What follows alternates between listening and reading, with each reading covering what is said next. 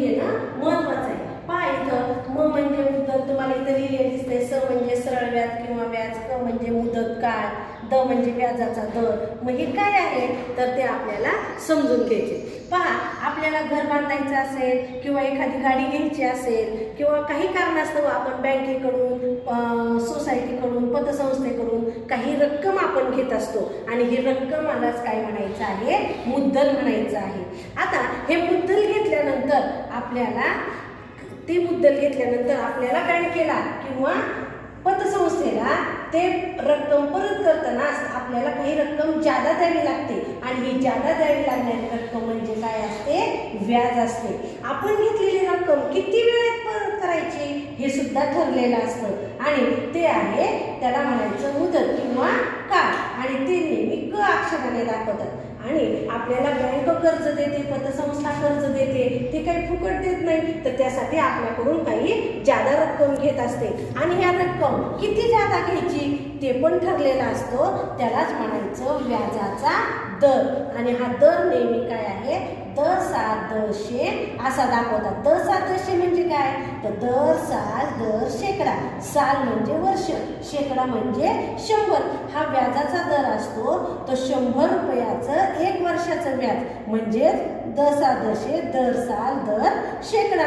हे शब्द आपल्याला समजून घेणं फार महत्वाचं आहे. आता याच्यामध्ये आणखी पहा, रास हा एक शब्द येतो. रास म्हणजे काय, आपण जी रक्कम घेतलेली असते ती रक्कम आणि त्या रकमेवर द्यावं लागणारं जादा व्याज हे दोन्ही मिळून काय होते, रास होते. पहा त्याच्यानंतर दाम दुप्पट हा शब्द असतो. दाम दुप्पट म्हणजे काय तर जेवढं मुद्दल तेवढंच व्याज. कधी आपल्याला देतात पहा दाम दुप्पट झाले, दाम दुप्पट म्हणजे आपल्या लक्षात आलं पाहिजे जेवढं मुद्दल तेवढंच काय आहे या ठिकाणी व्याज आहे. पहा आता दाम दुप्पट होणे म्हणजेच मुद्दला इतकं व्याज आणि दाम दुप्पट झाली असता रास ही मुद्दलाच्या दुप्पट होते. लक्षात घ्या, जेव्हा दाम दुप्पट होतो तेव्हा रास ही मुद्दलाच्या दुप्पट होत असते.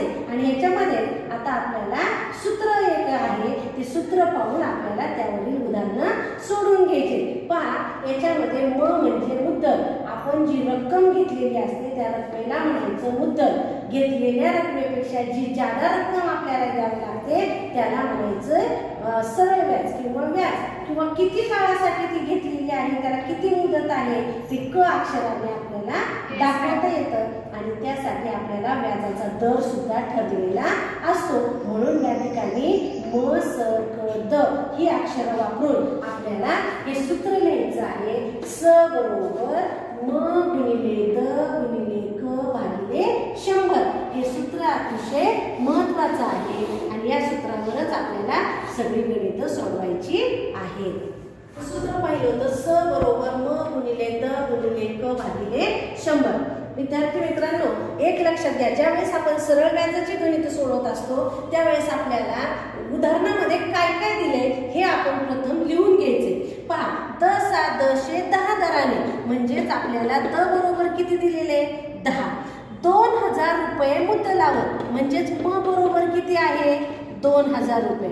एका वर्षाचे म्हणजेच क म्हणजे मुदत आहे, मुदतीला म न लिहिता क लिहितात. मुदत आहे 1 वर्ष आणि आपल्याला विचारला आहे व्याज. व्याज म्हणजे सरळ व्याज. प्रत्येक गणित सोडवत असताना जोपर्यंत सराव होत नाही तोपर्यंत सूत्र लिहायचं. स बरोबर म गुणिले द गुणिले क भागिले 100 आणि या सूत्रामध्ये फक्त काय करायचे आपल्याला किमती घालायच्या. म म्हणजे मुद्दल किती आहे 2000 रुपये गुणिले द म्हणजे व्याजाचा दर आहे 10, मुदत आहे 1 भागिले काय करायचे 100. तुम्हाला शून्याचा नियम माहिती आहे. 1 शून्य गेलं 1 गेलं, दुसरा गेला दुसरा गेला आणि राहिलेल्या याची फक्त काय करायचे आहे गुणाकार करायचा. 20 गुणिले 10 बरोबर 20 10 200 रुपये काय आलं व्याज. म्हणून स बरोबर 200 रुपये. अतिशय सोपी उदाहरणं आहेत, फक्त हे सूत्र पाठ करायचं. दिलेल्या उदाहरणामध्ये आपल्याला काय काय दिले ते लिहून घ्यायचं पटकन आणि प्रत्येक वेळेस सूत्र न लिहिता तोंडी गणित करायला शिकायचं आहे. दुसरं गणित पहा, रुपये 100 रुपये मुद्दलाचे 1 वर्षाचे व्याज 7 रुपये आहे, तर त्याच मुद्दलाचे 5 वर्षाचे व्याज किती होईल. आता ह्याच्यामध्ये एक लक्षात ठेवा, ठेवा, एक असं वाक्य लक्षात ठेवायचं, ज्या पटीत मुद्दल बदलते त्या पटीत व्याज सुद्धा बदलते, किंवा ज्या पटीत मुदत बदलते त्या पटीत व्याज सुद्धा बदलत असते. पहा मग आता या ठिकाणी आपल्याला पहा, मुदत वाढली की व्याज पण वाढणार, मुदत कमी झाली की व्याज पण काय होणार आहे, कमी होणार आहे. मग आता आपल्याला पहा 100 रुपये मुद्दल, पहा बरं का, मुदत आणि व्याज. मुद्दल किती आपलं 100 रुपये, मुदत किती आहे 1 वर्ष, आणि व्याज किती आहे 7 रुपये. आपल्याला या पहिल्या वाक्यात एवढ्या गोष्टी आहेत. आता दुसऱ्या वाक्यामध्ये त्याच मुद्दलाचे म्हणजे किती 100 रुपये मुद्दलाचे किती वर्षाचे, 5 वर्षाचे. बरोबर, काय विचारले, व्याज विचारले. किती सोपं तोंडी उदाहरणे पहा, ज्या पटीत मुदत वाढते त्या पटीत व्याज सुद्धा वाढते. आता मुदत पहा 1 वर्षाची 5 वर्ष झाली, मग किती पट वाढली, 1 ला कितीने गुणल्यानंतर 5 आले, तर 1 ला 5 ने गुणल्यानंतर 5 आले. मग ज्याने आपण ज्या संख्येने मुदतीला गुणलं त्याच संख्येने व्याजाला सुद्धा गुणायचं, म्हणून व्याज किती आलं 7 5 35 रुपये. आजची कोणतंच सूत्र न वापरता सुद्धा आपल्याला हे गणित करता येतं. ह्याच्यामध्ये एक वाक्य लक्षात ठेवायचं, ज्या पटीत मुदत वाढते त्या पटीत व्याज सुद्धा वाढते, किंवा ज्या पटीत मुद्दल वाढला असेल त्या पटीत व्याज सुद्धा वाढत असते. अशाही प्रकारची काही सूत्र न आपल्याला लिहिता अशा प्रकारे उदाहरणं सोडवता येतात. आता यातलं पुढचं गणित पाहूया.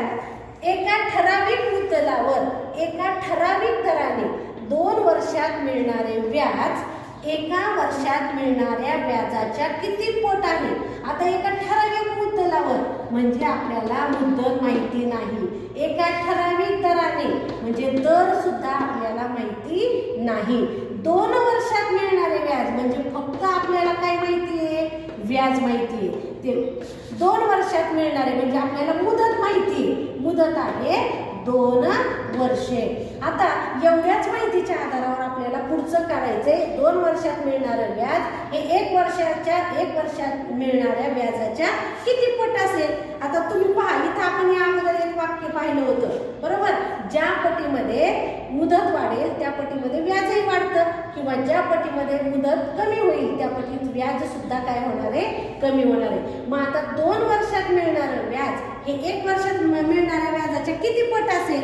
आपण उदाहरण घेऊयात. पहा 100 रुपयाचे, समजा 100 रुपये आहे, व्याजाचा दर आहे 8 आणि मुदत आहे 2 वर्ष. आपल्याला दिलेली नाही पण आपण मानूया 100 रुपये मुद्दल आहे, 8 रुपये दर आहे, दर मग आणि इथं क आहे, बरोबर. आपल्याला विचारलेलं आहे व्याज, बरोबर. मग आता ह्याचं जर व्याज काढलं आपण, पहा व्याज काढलं, म गुणिले द गुणिले क भागिले 100.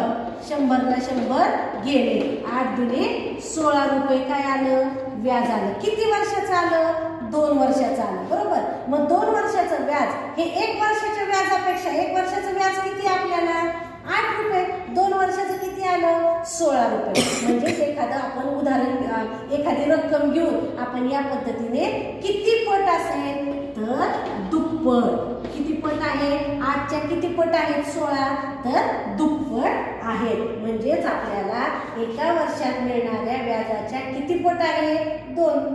सरळ आहे, 1 वर्षाचं 2 वर्ष झाले म्हणजे नक्कीच व्याज काय होणार आहे, दुप्पट होणार आहे.